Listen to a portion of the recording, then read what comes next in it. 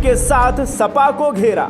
मायावती से आगे निकल गए आकाश आनंद। मायावती के छोटे भाई आनंद कुमार के बेटे आकाश आनंद इस समय काफी चर्चा में हैं। चर्चा में इसलिए हैं क्योंकि अब वे बसपा के पार्टी संयोजक बन चुके हैं। चर्चा में इसलिए भी हैं क्योंकि उन्होंने मंच पर आते ही समाजवादी पार्टी के मुखिया अखिलेश यादव को चारों तरफ से घेरा है। और चर्चा में इसलिए भी हैं क्योंकि अखिलेश यादव की तरह आनंद भी सोशल मीडिया पर काफी एक्टिव रहते हैं और युवाओं को अपनी ओर आकर्षित भी करते रहते हैं। दरअसल बात यह है कि पश्चिम उत्तर प्रदेश के 8 सीटों पर पहले चरण में 19 अप्रैल को वोटिंग होनी है और यहां पर चुनाव प्रचार भी तेज हो गया है। इसी बीच समाजवादी पार्टी के मुखिया अखिलेश यादव ने जिस तरह बार बार अपने प्रत्याशी बदले, उसे लेकर कई तरह के सवाल उठ रहे हैं। उनके इन फैसलों को लेकर बसपा सुप्रीमो मायावती के भतीजे आकाश आनंद ने उन पर तंज कसा है। आकाश आनंद ने कहा कि वो एक एक सीट पर 4-4 प्रत्याशी घोषित कर देते हैं।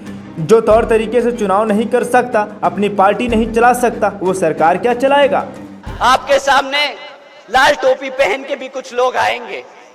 ये जिस समाज ने इनको पिछले विधानसभा इलेक्शन में एक तरफा वोट डाला था, जिस समाज ने इनको एक तरफा वोट डाला था, आज जब उस समाज पे पीड़ा होती है, जब उस समाज पे अत्याचार होता है, तो ये अपनी चुप्पी साधे बैठे रहते हैं। बताइए यहाँ पे मेरे मुसलमान समाज के भाइयों बहनों, जब आप लोगों पे अत्याचार हुआ, क्या इन लोगों ने उठकर आपके अत्याचारों के लिए आवाज उठाई कि नहीं उठाई? हाथ उठा के बताइए कि उठाई कि नहीं उठाई? साथियों, ना ये आपके अपने हैं, ना ये आपके लिए कभी खड़े हुए थे, ना ये कभी आपके लिए खड़े हुए हैं, परंतु इन्होंने एक बात के लिए बहुत अच्छे से जम के लड़े थे। ये एक चीज के लिए बहुत जम के लड़े थे। इनके सांसद लोकसभा में सबसे आगे थे। जब रिजर्वेशन इन प्रमोशन का बिल प्रेजेंट हुआ था, ये सबसे आगे खड़े थे उस बिल को फाड़ने के लिए। साथियों, ये आपको तरक्की करते हुए देखना नहीं चाहते, ये सिर्फ संडे को क्रिकेट खेलना चाहते हैं। मुख्यमंत्री बनकर बंगलों में बैठकर इनको क्रिकेट खेलने का बहुत शौक है। तो अगर आप लोगों को काम करने वाला नेता चाहिए, क्रिकेट खेलने वाला नहीं, तो एक बारी दोबारा से इनसे सवाल पूछिएगा कि भाई जब 5 साल तुम्हें दिए थे तो तुमने करा ही क्या है। साथियों, अगर इन लोगों की मैं कमियां गिनाता रह जाऊं तो शायद अगला लोकसभा चुनाव आ जाएगा, पर इन लोगों की कमियां खत्म नहीं होगी। हो सकता है कि आनंद सही कह रहे हों, क्योंकि जब से अखिलेश यादव ने इंडिया गठबंधन के चक्कर में पड़े हैं, तब से लेकर अब तक उनके सितारे गर्दिश में ही हैं। तभी तो उन पर कोई भी कभी भी कहीं से भी टिप्पणी कर देता है। पहले बुआ करती थी और अब भतीजा आकाश आनंद ने जब से बसपा की कमान संभाली है, तब से वे लगातार सुर्खियों में आ रहे हैं। बसपा नेता आकाश आनंद ने बीजेपी पर भी खूब हमले किए हैं। उन्होंने कहा कि भाजपा की सरकार को 10 साल हो गए हैं, सरकार में उन्हें ये नहीं कहना चाहिए और पार्टियां क्या कर रही हैं, उन्हें अपने कामों के बारे में बात करनी चाहिए। लोग क्या करते हैं, इसका फैसला करना जनता का काम है। मुझे नहीं लगता कि बसपा के लिए भाजपा के मन में कोई भी सॉफ्ट कॉर्नर है। प्रधानमंत्री किसके बारे में क्या बोलते हैं, वे प्रधानमंत्री जानते हैं। हम तो उनके मन की बात समझ नहीं पाए।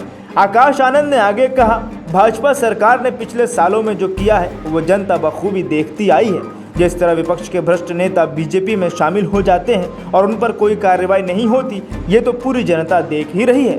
भाजपा की सरकार को अब 10 साल हो गए शासन में रहते हुए, परंतु अब उन्हें ये नहीं बोलना चाहिए कि और पार्टियां क्या कर रही हैं। उन्हें अपने कामों के बारे में बात करनी चाहिए। उन्हें अपना एक्चुअली रिपोर्ट कार्ड लेके सत्ता लोगों के बीच में आना चाहिए। और लोग क्या करते हैं वो उन लोगों का काम है, हमारी जनता का काम है उसका जज होना।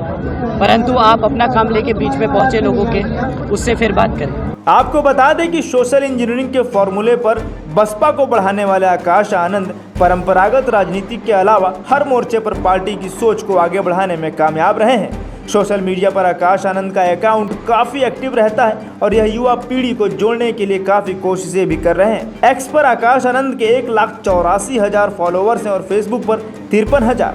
और उन्होंने बसपा के पूर्व राज्यसभा सांसद अशोक सिद्धार्थ की बेटी डॉक्टर प्रज्ञा से शादी की है। अब देखना ये होगा कि आकाश के इस बयान पर बीजेपी और सपा किस तरह से पलटवार करेगी और बुआ मायावती की अगली रणनीति क्या होगी। Bureau report, my Bharat. देश का सबसे बड़ा राज्य उत्तर प्रदेश, देश की राजनीति का सबसे बड़ा अखाड़ा, माई भारत बनेगा आम जनता की आवाज। अब होगी हर खबर की जमीनी पड़ताल। जुड़े रहिए सिर्फ माई भारत के साथ।